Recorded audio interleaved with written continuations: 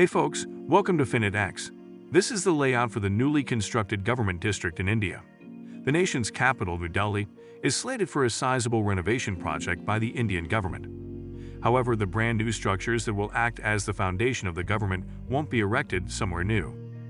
Rather, the current administrative center, which includes the Indian Parliament as well as the official seat of the Indian President, will be completely renovated with total costs estimated at around $2.7 billion. And this project symbolizes a renewal process that has been in the making for a long time. When India was still a part of the British Empire, the Central Vista was created. The British imperial government made the decision to relocate Calcutta as the seat of the then British Indian Empire in 1911. In Delhi, strong nationalist rallies in Calcutta, which put the colonial authorities in an awkward predicament, were the cause of this. It was decided to build a new administrative district at a place that had previously frequently functioned as the region's political hub. This map of Luton displays their proposed layout, with the existing Imperial Delhi in black and the new Imperial Delhi in red. The Kingsway, or what is now known as Rajpath, was designed by the architects as a ceremonial axis along which parks and government structures are situated. Luton's took inspiration from some of the most famous avenues around the world, such as Essache in Paris, which at one end leads to the Arc de Triomphe. In turn, the Kingsway designed by Luton's leads towards the All India War Memorial, known today as India Gate. Another great inspiration was the National Mall in the U.S. capital, Washington, D.C. Both cities are characterized by a central axis, which is about 3.5 kilometers long. Both centers are arranged similarly in terms of their geometry, with shorter cross-axis and diagonal streets, which lead towards the main way. On one end of the Washington Mall is the Capitol Place of Congress, vice versa. On one end of New Delhi's central axis, you find Viceroy's House, the official seat of the representative of the monarch of the United. Even if architecturally clear similarities can be recognized, it is nevertheless important to note that the context in which these two administrative centers were created is fundamentally different. After all, Washington, D.C. was built from the ground up as a new capital city as a result of American independence. By establishing their seat of government in Delhi, which was already among the oldest cities in the world, the British connected their monarchy with the extensive history of the subcontinent, while Washington was the outcome of liberation. A colonial power ordered the construction of New Delhi. After India attained independence, Delhi's administrative district was made the capital of a brand new independent state. As a result of the necessity to change many of the building's functions, it was further developed. Viceroy's House changed its name to Rashtrapati Bhavan, the official residence of the President of India. The Imperial Legislative Council's former home, the Parliament, now serves as the home to both chambers of India's democratically elected parliament. In the meantime, the city's populous, and this region was under a great deal of development pressure. Although new business buildings were built, there was no clear strategy for how this region should be developed going forward. The Central Vista is unquestionably a famous site in the nation. The parks have become a popular social gathering spot, and every year on January 26, the Republic Day parade takes. However, since many of the buildings are now being used for a different purpose than originally intended, this administrative center actually only houses part of the government buildings. The Secretariat buildings are supposed to house the various ministries of the Indian government. However, their size is no longer sufficient, which is why a large part of the ministries, as well as the Prime Minister's residence, are located outside of Central Vista. As a result, the Indian government has chosen to completely redesign the area. The future of Central Vista was planned by the architecture firm HCP under the guidance of Indian architect B.L. Patel. The Parliament building is obviously too small for the needs of modern Indian democracy, and as it is structurally inoperable, it must be completely replaced. The existing Parliament will be directly next to a new building. The new Parliament is triangular in shape as opposed to the old one's circular shape. However, it makes several references to concepts found in the layout of the existing Parliament. The current Parliament building is made up of open semicircles that face one another. They house the two chambers of Parliament as well as a library.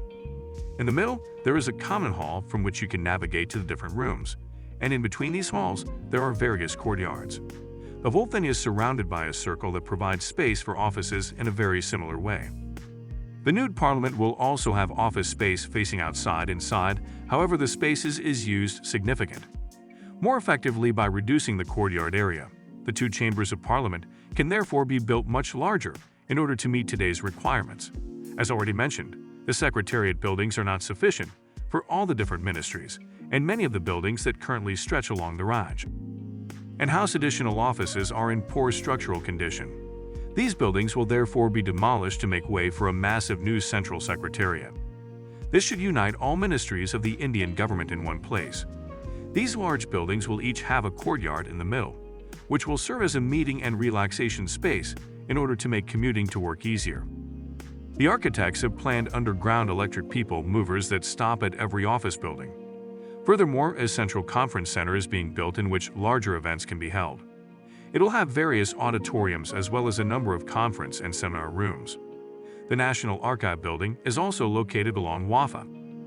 Currently, this consists of an older edifice constructed by Lutens during the imperial era, as well as a more recent addition. The older building will be refurbished as part of the ongoing construction, but it will continue to serve its purpose while the more recent structure is torn down and replaced. The Indira Gandhi National Center for the Arts, a significant government-funded cultural institution in India, is now situated along Rajpath. The center will have to move as the current buildings will be demolished to make way for the new Central Secretariat. A new building for the institute is to be built on the India Gate Circle. Another building that needs to make way for the new Central Secretariat is the National Museum. But since all ministries are now united in this Central Secretariat, the current Secretariat building loses its function. The plan is therefore to relocate the National Museum to these two much larger buildings. The new National Museum will then have 3 times as much space as it currently does, and architect Patel, who oversees the redevelopment, also considers this as symbolic. That reflects the power of the people in a democratic nation. The British built the old Secretariat on an elevation with the government buildings located on Reisner Hill. But with the new plan to convert these buildings into a museum for the public and to relocate the Central Secretariat along Rajpath, the arrangement reflects the rule of the people in an independent. Presently, you know, if you are lucky and if the Prime Minister is not in office, then you can walk up and gap at those buildings and see these big architectural and instruments of intimidation and wonder what goes on inside. Now, they will become museums that you can walk up to. Patel's plan also moves the residency of the Vice President and the Prime Minister to a new location. The Prime Minister's house is currently located outside of Central Vista. This new layout will mirror India's political order, while also bringing these office holders closer together. The seat of the President, who holds the highest office in the land, is situated in the middle of the country. The Vice Presidential seat will be on the left, while the Prime Minister's seat, which, despite having the most political clout, is implied in the nation's ceremonial hierarchy, will be on the right. The new Prime Minister's office is located next to this home, which is then situated exactly across from both the old and modern legislature. Finally, the Rajpath, the central main axis, and its parks will be fundamentally overhauled. New vegetation will be planted, facilities will be completely renewed, and pedestrian underpasses will improve the experience for visitors. The Central Vista redevelopment project is controversial and there's criticism from many different sides. That being said, I sincerely don't believe you deserve the room, as you are not Delhi citizens. You are taking money from the middle class. You distribute the money and spend it on your major view rather than helping others in need. The majority of your presentation was devoted to steadily raising status. That none had a greater objective. In India, questions regarding the project's objectives are routinely brought up. It's a demanding question, especially in light of the difficult task that it was for the architects to restore a historic structure. Indian history and the British Raj are both closely tied to this area. For some critics, this project represents an attempt to erase colonial history from this place, and therefore from collective memory.